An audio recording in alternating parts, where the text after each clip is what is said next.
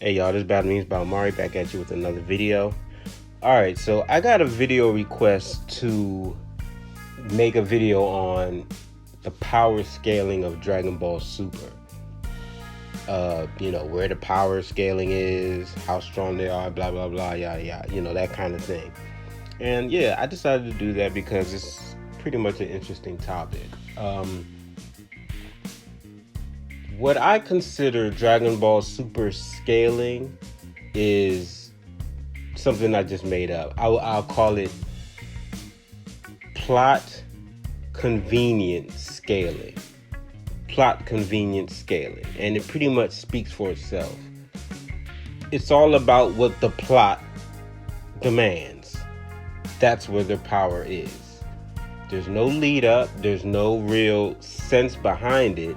It's just whatever they want the plot to be, that's where their power will be. Now, I'm not saying that there isn't many series out there where characters get stronger. I mean, that just makes sense. I mean, most characters get stronger the more the story goes on, depending on the plot. But Dragon Ball Super, the goal of Dragon Ball Super is to sell merchandise and make money. That is the main goal of Dragon Ball Super. And, fan service. That's the main goal. So that's why they put in all these different forms to sell those merchandise, to make more toys, to make more posters, to make more characters in video games for DLC. That's the whole point of Dragon Ball Super, is to bring in the cash. So they create these forms to do that. And the power is just all over the place. Nobody here can tell me if Orange Piccolo is stronger than Goku and Vegeta. Want to know why nobody can tell me that for 100% sure? Because the writers don't even know. Nobody can tell me if Gohan with the white hair is stronger than Goku and Vegeta. You want to know why nobody here can tell me that? It's because the writers don't even know. I haven't even seen the movie. I can't bring myself to watch Dragon Ball Super Hero. Maybe one day I'll do it, but right now I can't bring myself to watch it. It looks terrible. The plot looks terrible. It looks like an all-around terrible movie. But the writers don't even know. So how could you possibly know? They throw in all these different forms, all these different characters.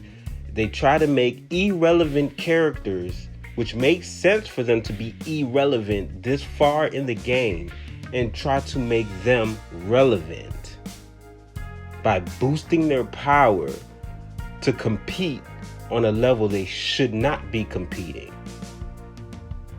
Nobody really knows for sure where the power is. Then you have Beerus, who's basically nobody is going to surpass Beerus in Dragon Ball Super. So his power is plot convenient based, period. Him and Wiz. Nobody is supposed to surpass them. So the stronger they get, the stronger Beerus is going to get. Period. He doesn't have to train at all. Plot makes him stronger. Then you have shows like Dragon Ball Z, Dragon Ball GT, where you know how strong characters are. You know who's stronger than who. Just by what's going on. You can tell who's stronger than who. You can tell Goku's stronger than Vegeta. You can tell Trunks isn't as strong as Vegeta or is stronger than Vegeta. You know Krillin is irrelevant because he's irrelevant. Power-wise. I mean, these things are established. Dragon Ball Super just throws everything in a mix and just confuses everybody, but people love it because Toriyama's name is mainly attached to it, and they're giving us a bunch of different forms. So anybody that actually watches Dragon Ball for the plot and the power scaling and things like that would know Dragon Ball Super makes no sense at all. So when it comes to scaling, you can't really scale it. It's all over the place. It's a big shit fest. just for fan service and to make money. I would like to say Toei and Toriyama sold themselves. They sold themselves for Dragon Ball Super. They sold themselves. That's what's considered selling yourself out. They sold out. Dragon Ball Super is a sellout series. But people love it because it's a fan service. It's making the relevant characters relevant at the sake of making sense within the series. I hope that makes sense to you guys because it's the God honest truth. I'm a Dragon Ball fan. I've been a Dragon Ball fan since a kid.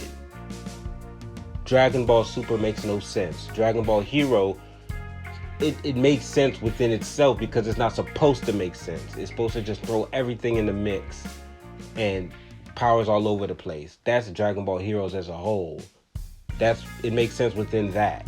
But Dragon Ball Super is supposed to be a continuation that we're supposed to follow and make sense of. We can't make sense of Dragon Ball Super. The minute Golden Frieza appeared, that was the end of making sense in Dragon Ball Super. That was the end of it. Golden Frieza was the downfall of Dragon Ball Super. So let me know what y'all think about that in the comments section. I'm not hating. I'm telling the God honest truth. Let me know what you think. I'll see you on the next video.